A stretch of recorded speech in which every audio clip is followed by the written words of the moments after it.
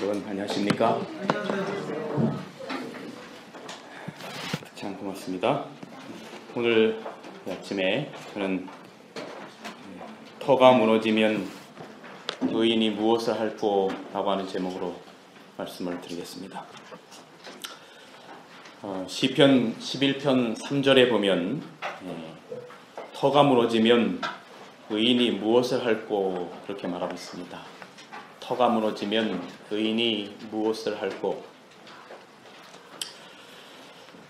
우리에게는 누구나 이것만은 절대로 무너지면 안 된다라고 생각하는 인생의 마지막 보루 같은 터가 있습니다. 정말 다른 건 다 이해할 수 있어도, 다 포기할 수 있어도 이것만은 내가 포기할 수 없다 하는 게 우리에게는 있습니다. 그런데 때로는 그 건실한 터라고 여겨졌던 우리의 삶의 마지막 보루들이 여지없이 무너지고 그래서 절망하고 탄식하는 경험들이 종종 있습니다. 제가 학교에서 학생들을 가르칠 때에 연말이 되면 거의 이게 레임덕 현상 같은 게 옵니다. 그래서 아이들이 공부가 안 돼요. 공부가. 특별히 이 삼육학교지만 요즘은 삼육학교라도 어떤 신앙적인 그 교육을 학교 마음대로 시킬 수가 없어요. 나라에서 우리가 보조를 받기 때문에 아주 정말 힘듭니다. 우리의 신앙 교육을 시킨다고 하는 게 성경 과목이라고 이렇게 들어가지만 사실은 거기다 성경이라고 하는 걸 쓸 수도 없고 출석부에 이렇게 목사들의 이름을 쓸 수가 없습니다. 그래서 아주 엄격합니다. 그때에 제가 그 학생들에게 이제 말쯤 되면 이 학생들이 특별히 성경은 시험에도 나오지도 않아요. 중간고사, 기말고사도 요즘 성경이 없습니다.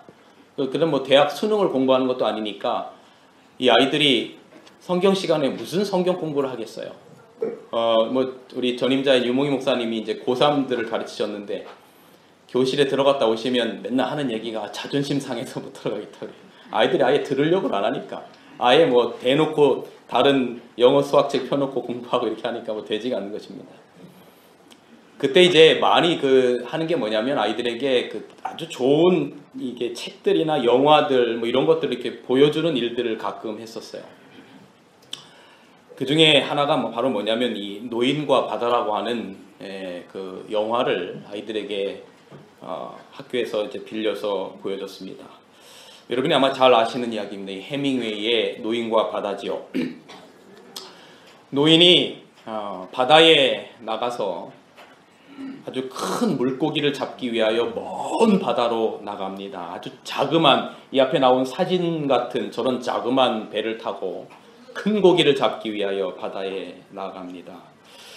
그런데 어느 날 그 낚시에 걸린 고기가 예사롭지 않은 고기가 걸린 것입니다. 어마어마하게 큰 물고기가 낚시를 물었어요. 그 고기는 청새치라고 하는 고기인데 아마 참치의 일종이 아닌가 싶습니다. 어마어마하게 큽니다. 이 노인은 정말로 사투를 벌여요. 사투를. 그 낚싯대를 그 끈을 놓지 않기 위하여 온 손이 다 피가 나고 정말 수시간 동안, 아니 수십 시간 동안 사투를 벌입니다. 그리고 마침내 청새치가 기운이 빠졌어요.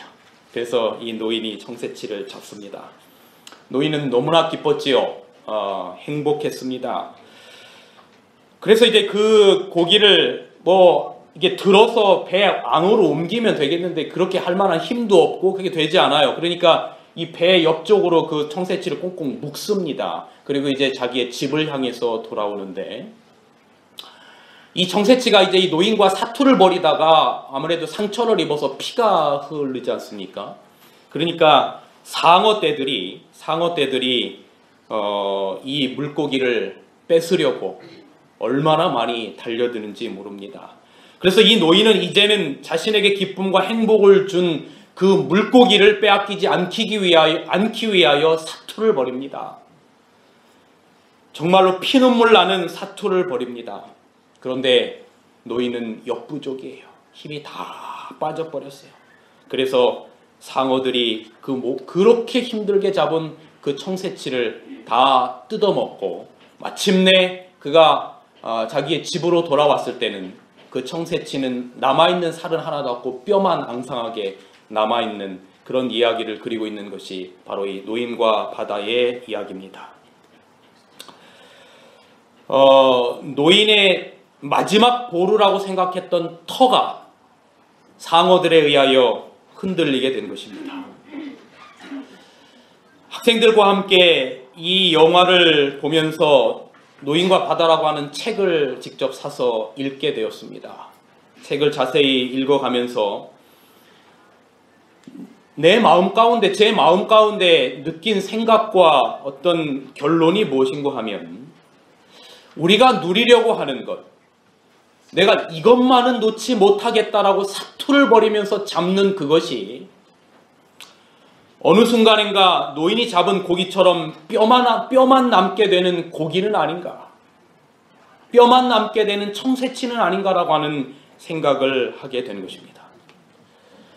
오늘 본문 가운데 터가 무너지면 의인이 무엇을 할 거라고 하는 이 시편 11편은 다윗이 사울 왕의 낯을 피하여 그 십광야에 숨어서 지내다가 요나단의 뜻밖의 방문으로 대화를 나누고 난 이후에 언약을 맺고 난 이후에 쓴 기록입니다. 다윗이 당연히 사랑을 받았어야만 하는 장인이잖아요, 사울이.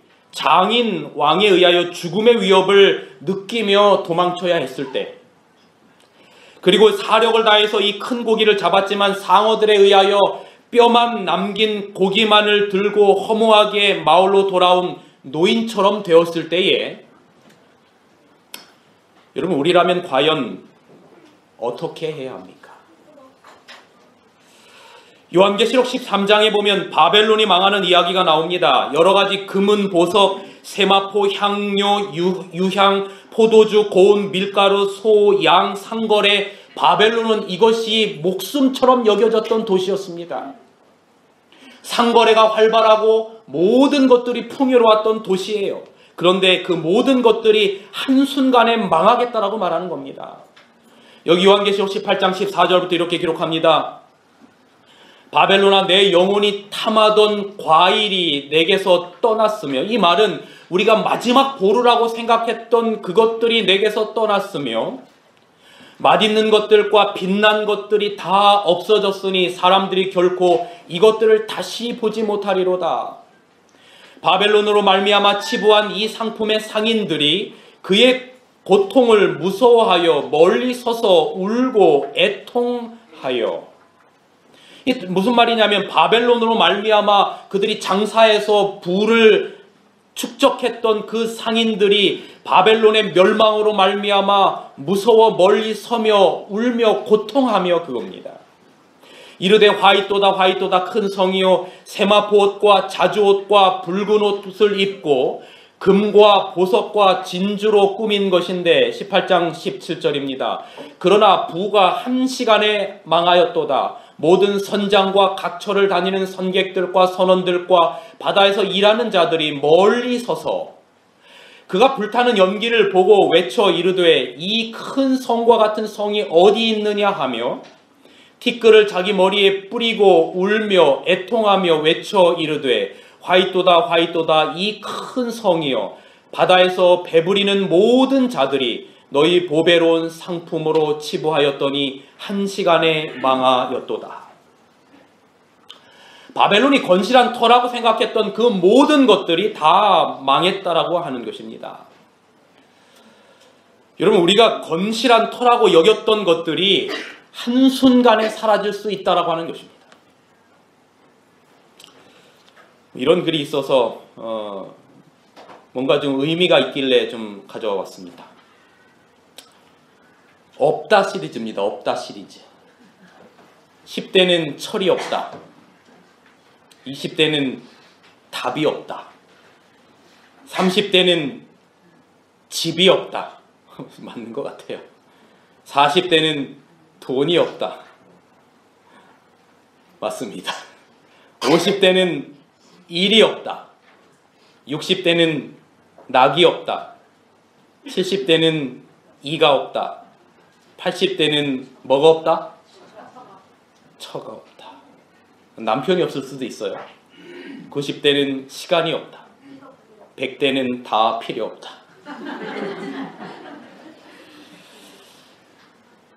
우리의 인생의 터라고 생각했던 것들, 그것이 돈이든 명예든 자존심이든 인간관계든 모든 것들이 한순간에 무너집니다. 그렇게 정신없이 달려온 내 인생, 그것들을 얻기 위하여 그렇게 정신없이 달려온 내 인생, 그 인생이 물거품처럼 사라진다면 그때야 우리는 내가 왜 이러고 살았지 하며 후회하는 게 우리의 인생입니다. 내가 왜 이러고 살았지? 내가 무엇을 위하여 이렇게 정신없이 살았지? 결국은 물거품처럼 다 없어질 것을 위하여 내가 왜 그리 정신없이 살았지? 뒤를 돌아볼 겨를도 없이, 행복을 느낄 사이도 없이, 내 주변을 돌아볼 겨를도 없이, 하나님을 만날 겨를도 없이 왜 그렇게 아침부터 저녁까지 결국은 물거품처럼 없어질 이것들을 위하여 내가 왜 그러고 살았지? 제가 가끔 묻습니다. 만약에 전에도 여러분에게 한번 여쭤본 것 같아서 다시 여쭙진 않습니다. 여러분의 인생을 똑같이 반복해서 살아야 한다면, 똑같은 곳에서 태어나고 똑같은 학교를 다니고 똑같은 성장 과정을 겪고 아픔과 어려움과 똑같은 부모 밑에서 똑같은 사람을 만나서 똑같은 자식을 낳고 똑같은 지금까지 여러분이 살아오셨던 그 인생을 다시 돌아가서 똑같이 살아야 한다면, 다시 살 수 있는 분들 손들어 보세요라고 한다면, 전에 여러분에게 한번 한 것 같아서 제가 안 듭니다. 제가 이 질문을 집회를 다니는 곳마다 생각날 때마다 물어보는 경우들이 종종 있었는데, 결론을 말하자면 100명이라면 한 두세 분 정도 다시 살겠다. 특별히 나이가 젊을수록 다시 살아보겠다. 그런데 연세가 드시면 드실수록 다시 살지 않겠다라고 하는 것이 97%의 답이었습니다. 심지어는 사회적으로 성공했다라고 하는 대학의 교수님들에게 강의할 때 그분들에게 물어봤을 때도 그분들도 자기는 똑같은 인생을 다시 살지 않겠다라고 말합니다. 이렇게 각각의 다른 경우의 수들의 삶을 살아왔지만 우리의 인생을 다시 살 만한 가치가 없는 것이라고 한다면 우리는 한 번쯤 이 말씀을 우리의 마음으로 믿어보는 것입니다. 모든 육체는 풀과 같고 그 모든 영광은 풀의 꽃과 같으니 풀은 마르고 꽃은 떨어지되 오직 주의 말씀은 세세토록 있도다 하였으니 너희에게 전한 복음이 곧 이 말씀이니라. 아무리 아름다운 꽃도 화무 11홍 다 열흘이면 떨어지는 것입니다. 아무리 아름답고 아무리 예뻤던 사람도 시간이 지나면 어느덧 흰머리와 주름이 지게 되는 것입니다. 그런데 오늘 성경은 우리들에게 말씀하시기를 모든 육체는 풀의 꽃과 같고 모든 영광은 그 풀의 꽃과 같으니 풀은 마르고 꽃은 떨어지지만 너희들이 기억해야 될 것이 있는데 그것은 하나님의 말씀은 영원토록 변치 않고 세세토록 있겠다라고 말씀하시는 것입니다. 우리는 이 말씀을 믿으며 살아가는 백성들입니다. 여러분 그렇지 않아요? 우리가 추구하는 모든 것들이 결국은 풀의 꽃처럼 사라질 것입니다. 그렇다면 하나님의 말씀에 복음에 우리의 인생을 걸어보는 것입니다. 하나님이 세상을 이처럼 사랑하사 독생자를 주셨으니 이는 저를 믿는 자마다 멸망치 않고 영생을 얻게 하려 하심이라. 어릴 때부터 수없이 들어왔던 이 말씀, 수없이 되뇌었던 이 말씀, 설교 단상에서 수없이 펼쳐졌던 이 말씀이 이번 한 주간 저의 마음 가운데 깊이 다가오는 것은 결국은 풀의 꽃과 같이 시들어질 우리의 삶의 인생의 마지막 순간에 말씀하시기를 하나님이 너희를 이처럼 사랑하사 독생자를 주셨으니 이는 저를 믿는 자마다 결국은 풀의 꽃과 같고 들의 모든 풀과 같은 너희지만 이것을 믿으면 멸망치 않고 너희의 인생을 허무하지 않게 영생을 얻게 하려 하시겠다라고 하는 이 말씀이 오늘 우리 마음 가운데 깊이 다가오는 것입니다. 영원한 것은 영원한 진리요 하나님이십니다. 우리가 선택해야 될 중대한 것입니다.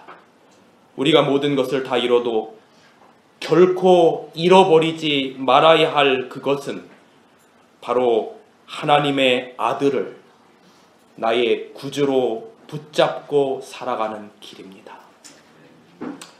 저는 우리 어린 아이들이 앞에서 이렇게 성경 정말 어떻게 할 수 없을 만큼 예쁜 아이들, 특별히 저는 딸이 없어가지고 딸내미들 앞에 나와서 하는 거 보면 몸이 녹아요, 녹아. 아까 우리 저 막내가 그거 어떻게 그거 외워가지고 그 골리앗 창과 단창으로 내게 오거니와 나는 만군의 여호와의 이름으로 가노라. 얼마나 마음에 감동을 주는지. 이 아이들이 어릴 적부터 이 하나님의 마음 가운데 새겨진 이 말씀을 붙잡고 살아가는 것, 정말 하나님 앞에 감사한 일이지요. 우리 교회에 이런 아름다운 아이들이 있음을 인해서 참 고맙습니다. 여러분, 오늘날 예수님이 마태복음 16장에 보면 제자들에게 물었습니다. 얘들아, 너희들 밖에 나가보니까 사람들이 나에 대해서 뭐라고 말하더냐? 그러니까 제자들이 이렇게 말합니다. 어떤 사람은 침례 요한이 다시 부활했다라고도 하고, 어떤 사람은 엘리야라고도 하고, 어떤 사람은 예레미야라고도 하고, 어떤 사람은 그 예레미야와 같은 선지자 중에 하나라고 대답합니다. 그렇게 말했어요. 근데 여러분, 사실 예수님의 관심은 다른 사람이 나에 대해서 뭐라 말하느냐, 그게 중요한 게 아니었어요. 그때 예수님께서 진짜 듣고 싶은 말씀을 제자들에게 묻습니다. 그래? 그러면 너희는 나를 누구라 하느냐? 너희는 나를 누구라 하느냐? 너희는 나를 누구라 하느냐? 그때에 성격 급한 베드로가 이렇게 말합니다. 주는 그리스도시요 살아계신 하나님의 아들이니이다. 주는 그리스도시요 살아계신 하나님의 아들이니이다. 근데 여러분, 이 말이 지금 우리는 참 듣기 편한데, 이 말은요, 그 당시에 이 말을 내뱉는다는 것은 정말 대단한 일이었어요. 왜냐하면 많은 사람들이 예수를 이단 취급하고 예수를 잡아 죽이려고 하는 상황 가운데, 예수를 고작 나사렛 목수의 아들로 보는 가운데 그 예수를 향하여 말하기를 주는 그리스도시요 살아계신 하나님의 아들이니라라고 말했던 이 대답은 여러분, 편견을 뛰어넘는 놀라운 대답이었어요.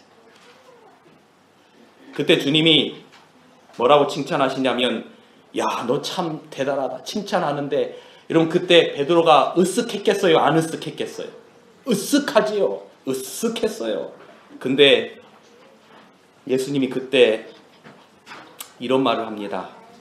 베드로야, 내가 내 입으로 주는 그리스도시요 하나님의 살아계신 아들이라고 대답한 것은 내 정신으로 한 게 아니다 그랬어요.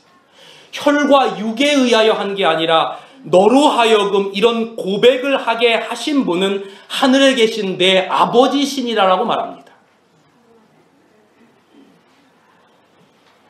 그때 예수님께서 말씀하시기를 내 이름을 이제는 시몬이라고 말하지 말고 베드로라라고 답하라. 그리고 말씀하시기를 이 반석 위에, 다시 말하면 주는 그리스도시요 살아계신 하나님의 아들이니라라고 하는 이 고백 위에 내 교회를 세우리라고 했어요. 여러분, 다른 것 다 그만두고라도 주는 그리스도시요 살아계신 하나님의 아들이시냐라고 하는 이 고백이 여러분과 저의 고백이 되시기를 간절히 바랍니다. 사람이 온 천하를 얻고도 제 목숨을 잃으면 무엇이 유익하리요라고 말씀하셨어요. 영원한 생명의 근원인 그분, 용서받은 의인으로 우리를 하나님 앞에 설 수 있도록 만드신 그분만이 우리의 유일한 복음이요 우리의 유일한 능력인 것이죠. 이것이 우리의 마지막 터가 되고 이것이 우리의 복음이고 이것이 우리의 반석이 되어야 합니다. 그래야 우리가 실망하고 절망하고 좌절하지 않아요. 여러분, 역사상 가장 위대한 하나의 복음, 그것이 무엇인고 하면 우리 같은 멸망할 죽을 수밖에 없는 우리를, 성경에 말하면 벌레와 같은 우리를 하나님의 아들이 자기의 목숨을 버리고 구원하셨다라고 하는 것이죠. 십자가의 복음이에요. 예수 그리스도십니다. 그런데 여러분, 이게 우리 다 같이 한번 읽어볼래요? 주는 그리스도시요. 시작. 주는 그리스도시요 살아계신 하나님의 아들이십니다. 여러분이 읽기는 참 쉬운데 제가 이걸 설교 단상에서 여러분에게 말하기는 쉬운데 화이트본에 그래 보면 이런 말이 참 두렵게 만들어요. 저를. 목사는 더 엄중한 심판을 받을 것이다 그랬어요. 지도자는. 제가 전에도 몇 번 말씀드렸던 것처럼 이 목사라고 하는 직업을, 이것도 직업이잖아요. 어쨌든 뭐 여기서 봉급을 받고 살아가니까. 근데 이 목사라고 하는 직업이 참 이게 거기에 뭐냐면 그런 척하기가 쉬워. 그런 척하기가. 나는 안 그런데 그런 척할 수 있다는 거예요.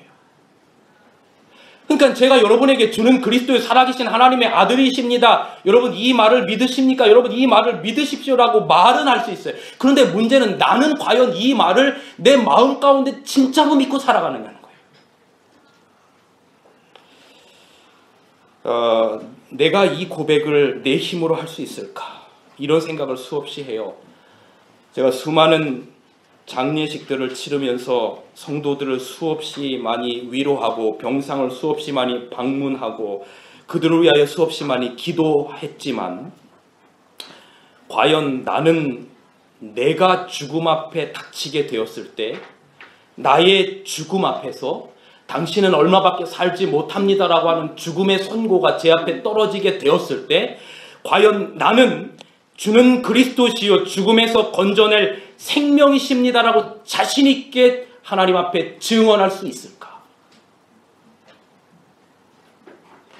그냥 교인이 아픔을 겪고 교인이 죽음 앞에서 두려우고 떨고 있을 때 그들의 손을 잡고 하나님 말씀이 있으니 위로하고 부활의 소망을 가지고 말씀은 주지만 그게 남의 이야기가 아니라 내가 죽음 앞에 맞닥뜨리게 되었을 때 과연 나는 내 마음 가운데 주는 그리스도시요 살아계신 하나님의 아들이시니다라고 당당하게 고백할 수 있을까? 자신이 없어요. 솔직한 저의 고백이 자신이 없어요. 남은 그렇게 위로하지만 나는 그 실존의 문제 앞에서 정말 그렇게 할 수 있을까? 자신이 없는 거지요. 그래서 이 말씀을 준비하면서 과연 나는 내가 이 말을 할 수 있는가라고 하는 성경 설교를 써 내려가다가 그 앞에서 한참을 머뭇거렸어요. 내가 과연 이 말을 성도들 앞에 할 만한 자격이 있는 목사인가? 내가 거기에 대한 확증이 없으면서 교인들에게 이 이야기를 나는 할 수 있는가? 결론은 자신이 없었어요. 그래서 주님이 필요했지요. 그래서 난 참 고마웠던 게 우리 예수님의 이 대답이었어요. 이를 내게 알게 하니는 내가 아니라 바로 하늘에 계신 아버지시니라. 여러분, 오늘 우리에게 그냥 생각 없이 읽는 거 말고 내 마음속으로 주는 그리스도시요 살아계신 하나님의 아들이라고 하는 고백을 할 수 있는 믿음을 주시기를 하나님 앞에 간구합니다. 세상에 수많은 철학이 있어요. 수많은 이데올로기가 있고 수많은 종교가 존재해요. 그러나 영원한 구원을 얻을 수 있는 유일한 구원자, 그분은 예수 그리스도 십자가밖에 없어요. 교회는 전적으로 십자가 중심이 되어야 합니다.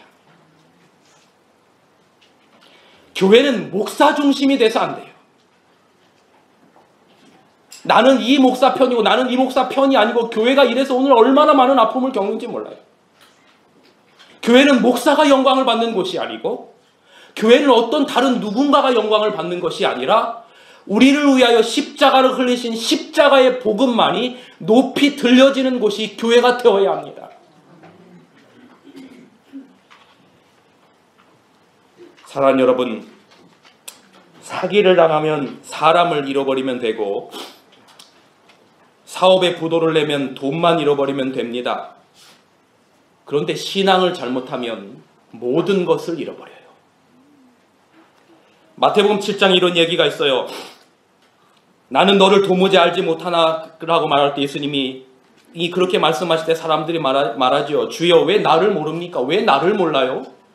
내가 주의 이름으로 귀신 쫓아내고, 주의 이름으로 매 안식일 교회에서 설교하고, 주의 이름으로 교회에서 봉사하고, 주의 이름으로 이 많은 일을 했는데 왜 주님 나를 모른다 하십니까? 주의 이름으로 선지자 노릇하고, 주의 이름으로 병 고치고, 주의 이름으로 방문 가고, 주의 이름으로 사람들을 위로하고 살았는데 왜 주님 나를 모른다 하십니까? 주님? 그때 예수님이 나는 너를 도무지 알지 못하니 불법을 행하는 자들아 내게서 떠나라 말씀하셔요. 여러분, 신앙 잘못하면 모든 걸 잃을 수 있어요.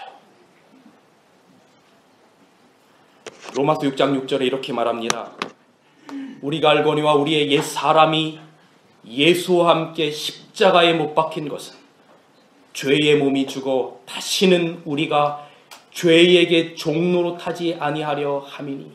여러분, 우리가 우리 자신을 십자가에 못 박으셔야 합니다.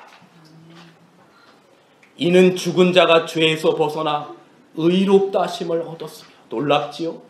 산 자가 의롭다 하심을 얻는 게 아니라 그리스도의 십자가 아래서 못 박혀 죽은 자가, 주님께서 그런 자를 의롭다 여기시고 살리시겠다고 말하는 거예요. 만일 우리가 그리스도와 함께 죽었으면 또한 그와 함께 살 줄을 믿노니. 사랑하는 여러분, 주님과 함께 살기를 간절히 바랍니다. 그런데 먼저 주님과 함께 죽어야 합니다.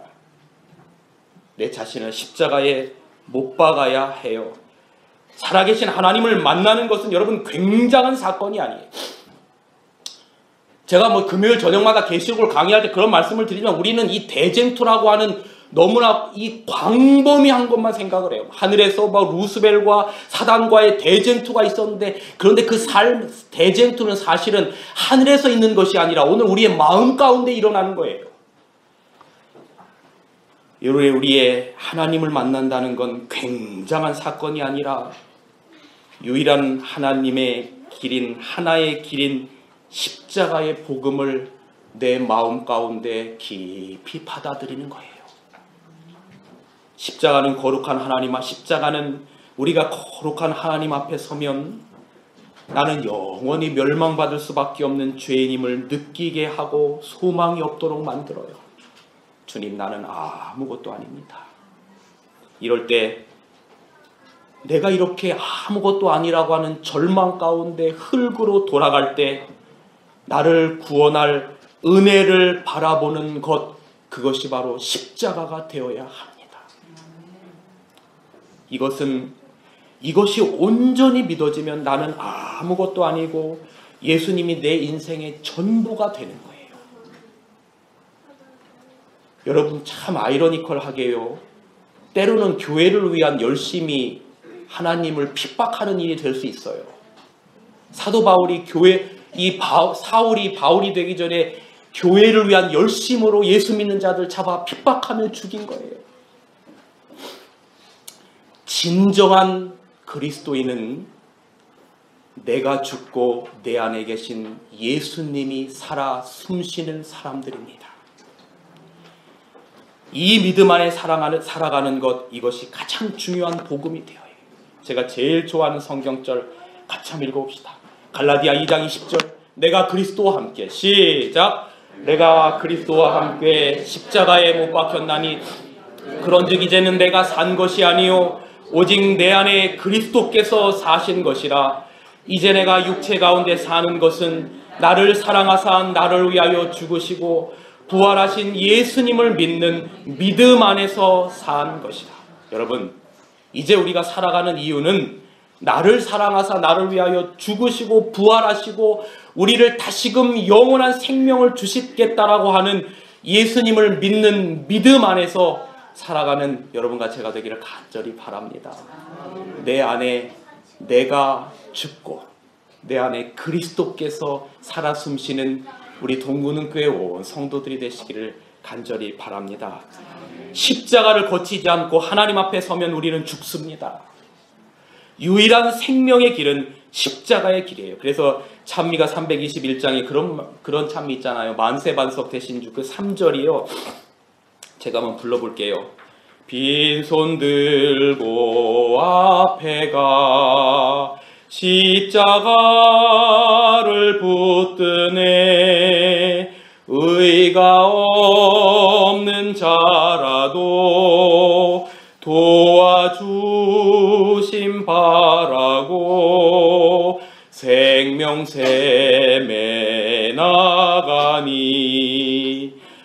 나를 받아주소서. 빈손 들고 앞에 가서 십자가를 꼭 붙드는 여러분과 제가 되길 간절히 바랍니다. 우리가 이것만은 놓칠 수 없다라고 하는 것이 십자가기를 간절히 바랍니다. 의의가 없는 자라도, 나는 의인이 아니고 죄인이지만 의의가 없는 자라도 도와주심 바라고 생명샘에 나가니 주님 나를 받아주소서. 나아만이 문둥병자에게 나아만 문둥병자에게 말했습니다. 야, 너 체면 계급장 다 뛰고 물에 들어가라. 몇 번 들어가라? 7번 들어가라. 하나님 앞에 7번을 담가라. 오직 믿음으로 나아오라는 거예요. 죄인이 하나님 앞에 나온 오직 한 길, 그것은 사랑의 극치인 역사상 가장 위대한 사랑의 초대인 십자가로 나아오라는 거예요. 내가 문둥병 있는 그대로 나오라는 거예요. 이사야 1장의 기별처럼 머리부터 발끝까지 죄로 말미암아 얼룩진 그대로 나오라는 거지요. 그때 주님께서 우리를 십자가에서 찢기신 몸과 살과 피로 우리를 받으시겠다라고 말합니다. 여러분, 우리가 그 안에 있어야 합니다. 완전한 사랑과 완전한 능력이 드러난 곳이 십자가.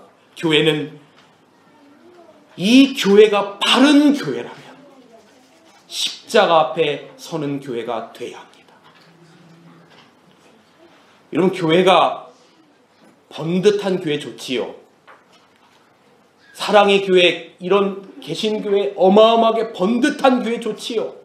우리 교회 안에서도 건물이 화려한 교회들 좋지요. 주차장도 넓고 모든 것이 잘 구비되어 있는 교회 좋지요. 찬양대원만 100명이 넘치고 모든 것들이 다 구비된 교회 좋지요. 그러나 하나님께서 보시는 건 그 교회의 주차장이 몇 평이냐, 그 교회가 건물이 몇 평이냐, 찬양대원이 몇 평이냐를 보시는 게 아니라 그 교회의 교인들의 마음 가운데 십자가를 붙들고 사느냐를 보시는 겁니다. 갈라디아 6장 14절에 그러나 내게는 그리스도 예수 외에는 결코 자랑할 것이 없도다라고 말합니다. 사랑하는 동구능교 성도 여러분이시여, 우리 교회는 건물도 다른 교회처럼 그렇게 이 자체적으로 큰 건물이 아닙니다. 주차장도 우리가 다른 어떤 교회처럼 큰 주차장을 갖고 있는 교회도 아니에요. 다른 교회처럼 우리가 성도가 그렇게 많은 교회도 아니에요. 그러나 제가 진정으로 바라는 것은 우리 교회와 우리 교인들의 마음 가운데 예수 그리스도의 피 묻은 십자가를 붙들고 살아가면 그것이 하나님 앞에 가장 받으시기에 아름다운 모습이 되리라고 확신하는 것입니다. 그런 믿음을 붙들고 살아가는 우리 모두가 되시기를 간절히 바랍니다. 우리가 자랑해야 할 것은 오로지 십자가밖에 없어요. 그런데 이 십자가의 복음을 모르는 한 사람의 안타까운 사연이 있어요. 이 사연을 제가 좀 읽어드리고 오늘 말씀을 제가 줄이도록 하겠습니다. 어느 부인의 마지막 편지입니다. 실화입니다. 우리의 인생이 인간의 목숨이 얼마나 비참하게 무의미하게 마칠 수 있는지 이 초등학교 5학년 자기 아이의 국어 공책에 연필로 흘려 쓴 세상을 떠나는 마지막 어느 부인의 아내의 마지막 편지를 통해서 볼 수 있습니다. 그 편지는 이렇게 시작합니다. 여보, 지금은 온 주변이 조용해진 밤 10시. 옆방에서는 오늘도 술에 만취가 되어 돌아와 쓰러져 잠자는 당신의 거친 숨소리만이 들리고 있을 뿐입니다. 옆에는 이 세상을 떠나는 마지막 밤을 보내는 귀여운 5 아이들이 애처로운 단잠을 자고 있습니다. 오늘도 죽어도 가기 싫다는 수기를 달래서 당신에게 보내어 또 꾸중을 들어가며 타온 돈으로 쌀과 찰떡 6개를 사다가 오랜만에 쌀밥을 지어 먹였더니 그렇게도 맛있다고 잘들 먹더군요. 찰떡도 1개씩 나누어 맛있게 먹었소. 밥을 먹고 상을 치우고 난 뒤 저는 아이들 하나씩에게 물어보았습니다. 얘들아, 아빠하고 남아서 이 세상 살래? 아니면 엄마가 가려는 저 죽음의 길을 갈래? 나면서부터 엄마의 눈에 고인 눈물만을 보고 살아온 이 가련한 것들은 모두 입을 모아서 엄마, 난 엄마가 없는 세상은 아빠하고는 살지 않을래. 엄마가 가는 길이 죽음의 길이라도 엄마하고 같이 갈래. 여보, 지난 18년간 당신은 밤낮 술만을 즐기시고 가정과 아이들에게 너무나 무정하고 무관심하게 지나지 않으셨어요? 5 아이 모두에게 대답을 들은 후에 저는 수면제를 꺼내서 아이들의 입에 하나씩 넣어주고 물을 먹였소. 먹이고 나니까 엄마, 우린 약을 먹이고 엄마는 왜 안 먹지? 엄마는 안 죽어? 응, 엄마는 너희들이 이 약을 먹고 잠이 들 때까지 지난 18년간 엄마가 살아온 길고 고달팠던 이야기를 들려주고 나서 엄마도 먹을게. 아이들을 자리에 눕혀놓고 지나간 이야기를 들려주고 있는데 어느새 약 기운이 돌았는지 새근새근 깊은 잠이 들고 있더군요. 아, 이 비정에 몹쓸 어미는 문을 열고서는 피어오르는 연탄불을 방에 들여놓았지요. 그리고 이 편지가 발견이 되는데 그 다음서부터 이 공책에 눈물이 떨어지기 시작해요. 그 편지가 다 얼룩이 졌어요. 눈물로. 글을 써내려가는데 옆에서 11살짜리 수기가 괴로운 신용을 하며 몸을 뒤틀고 있었다. 차마 괴로워서 볼 수가 없어서 일어나 수건으로 목을 졸랐습니다. 아, 내 정신이 아닌 것만 같았습니다. 부엌에 나가서 도래박주를 끌러다가 아이들의 목을 졸러 놓았어. 어찌나 힘이 든지 온몸은 땀이 흠뻑 젖었어. 제 골도 터질 듯이 아파옵니다. 그 다음부터 그 편지의 글씨가 이제 삐뚤거리기 시작해요. 기다리다 지친 저는 이제 당신의 곁을 떠날 수밖에 없습니다. 그러면서 그 마지막에 이 세상을 떠나는 아내가 이렇게 써놨어요. 세상의 남편들이여, 부디 가정과 아이들에게 관심을 가져주세요. 아이들의 좋은 아빠와 아내의 좋은 남편이 되어주세요. 남은 빚마저 갚아주시면 감사하겠습니다. 안녕히 계세요. 당신의 아내 올림. 그리고 5 아이와 함께 한 어머니가 세상을 떠나면서 사랑하는 남편과 마지막 그 남편과 온 세상의 아버지들에게 그런 유서를 쓰고 세상을 떠났어요. 여러분, 진짜로 불쌍한 사람은 실패하고 가난한 사람이 아니라 하나님을 모르고 자기의 마지막 삶의 터전을 어디에다 두어야 될지 모르는 사람들이 가장 불쌍합니다. 나 같은 인간에게 온 우주의 하나님께서 우주를 버리시고 이 땅에 오셔서 내가 너를 창조했다. 내가 너를 사랑한다. 내가 너를 위하여 목숨을 버렸다. 여러분, 우리는 이 말에 얼마나 감사하며 그 하나님의 사랑에 감격한 백성들입니까? 우리가 불행한 것은 물질이 없어서가 아니라 영원한 생명과 행복의 근원인 하나님이 없어서입니다. 하나님이 세상을 이처럼 사랑하사 독생자를 주셨으니, 여러분, 이 말이 여러분의 마음 가운데 정말로 가슴으로 다가오지 않거든 세상에서 가장 귀한 자식을 여러분 여기다 갖다 놔봐요. 하나님이 세상을 이처럼 사랑하사, 여러분이 누군가를 이처럼 사랑하사 이 앞에 이 토끼 같은 자식들을 누군가를 위하여 주어야만 한다면 여러분 이 말의 의미가 무엇인지를 깨닫게 될 거예요. 사랑하는 여러분, 생명 걸고 주신 복음, 목숨 걸고 만나면 신앙이 무엇인 줄 압니다. 저를 한번 따라해 보실래요? 생명 걸고 주신 복음, 목숨 걸고 만나면 신앙이 무엇인지 압니다.